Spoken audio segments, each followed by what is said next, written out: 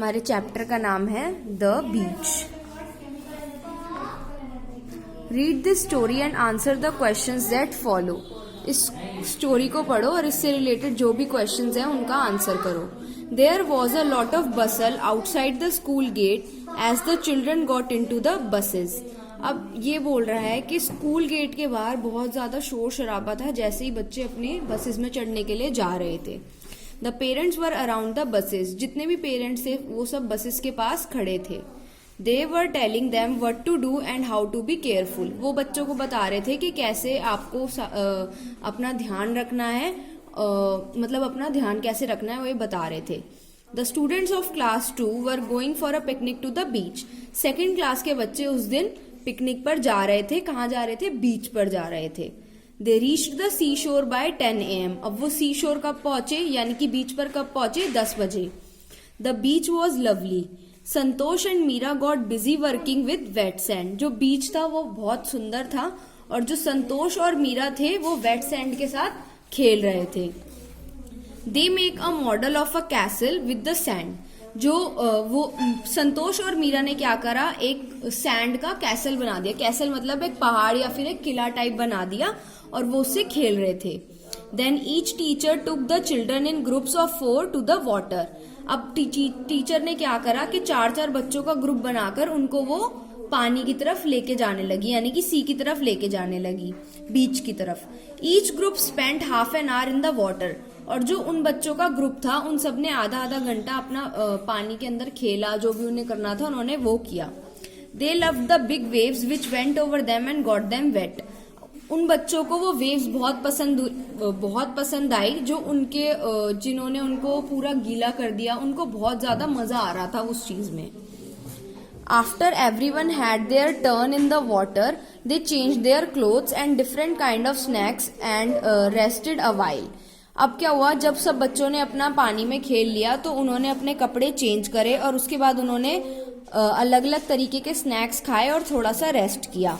और they played word games and board games such as ludo and snakes and ladders. अब उन्होंने क्या करा, उसके बाद वर्ड गेम्स खेले, बोर्ड गेम्स खेले। बोर्ड गेम्स जैसे ludo and snakes and ladders. In the afternoon, the teacher asked them to look for the seashells on the beach. अब क्या करा कि टीचर ने दिन में क्या बोला बच्चों को कि जो सी होता है ना वहाँ पे बहुत सारे सीशेल्स होते हैं, सीशेल। तो उन्होंने बोला कि आपको जहाँ पर जो सीशेल जो मिले हैं वो उसको इकट्ठा करें, ठीक है। और उन्होंने फिर बोला there would be 3 prizes for the 3 biggest seashells. उन्होंने बोला कि जो 3 सबसे बड़े सीशेल्स ढूंढेगा उसको मैं 3 बड़े बड़े प्राइजेस दूंगी। The hunt began. Joan and Mariam went looking for the shells behind a rock. अब क्या हुआ, सब बच्चे ढूंढने लगे कि कौन सबसे बड़ा सीशेल ढूंढेगा और उसे प्राइज मिलेगा। तो जॉन और मैरियम वो शेल्स को ढूंढने लगे एक रॉक के पीछे। रॉक यानी कि छोटा सा पत्थर का टुकड़ा होगा, तो वो उसके पीछे ढूंढने लगे। They saw one peeping out from the wet sand below. उन्होंने देखा कि एक शेल जो है वो नीचे सैंड में से निकल रहा है। They pulled at it. उन्होंने उसको खींचा। It would not come away. लेकिन वो तब भी बाहर नहीं आया। They dug out all the soil around it. उन्होंने क्या करा कि जो सॉइल था सीशेल के अराउंड उसको खोदने लगे ताकि जो सीशेल है वो बाहर आ जाए। Slowly a beautiful shell came into the side. फिर उनको एक सुंदर सा शेल बाहर आता हुआ नजर आया। It had a lovely design on it's back. उसका जो डिजाइन था वो बहुत सुंदर था शेल का। Together they picked up the shell and brought it to their teacher. अब उन्होंने क्या करा, शेल्स इकट्ठे करे और अपने टीचर के पास लेकर आए। टीचर ने बोला वाओ, शी सेड। उसने बोला वाओ, ये तो बहुत सुंदर है। The children came rushing from all sides carrying their own find. अब जितने भी बच्चे थे उनको जो जो तरीके के सीशेल मिले वो लेकर अपने टीचर के पास आने लगे।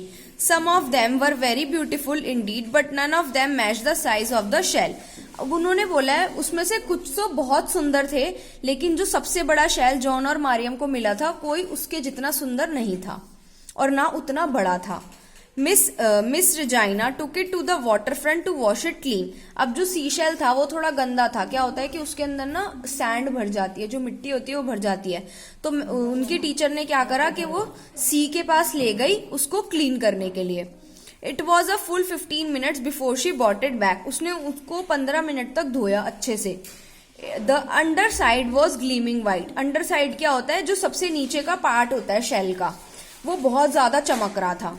Everyone forgot about the competition. सब बच्चे उस कॉम्पिटिशन के बारे में भूल गए कि कौन जीतेगा, किसको प्राइज मिलेगा. The shell was so big and beautiful. जो शेल था वो बहुत सुंदर था और बहुत ज्यादा बड़ा था. They kept admiring it. Admiring मतलब कि सब बच्चे उसको एक टक देखते ही रहे. वो इतना सुंदर था कि किसी की नजर उससे हट ही नहीं रही थी. That was a treasure. Treasure मतलब कि एक खजाने से कम नहीं था, वो एक खजाने की तरह था. It could have found a place in some museum. मतलब कि वो इतना अच्छा था कि उसको एक म्यूजियम में भी हम संभाल के रख सकते हैं. Everyone loved it. सबको वो बहुत पसंद आया.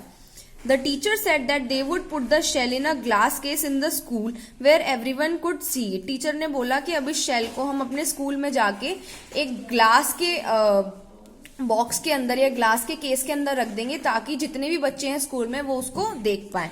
John and Mariam felt very proud and happy.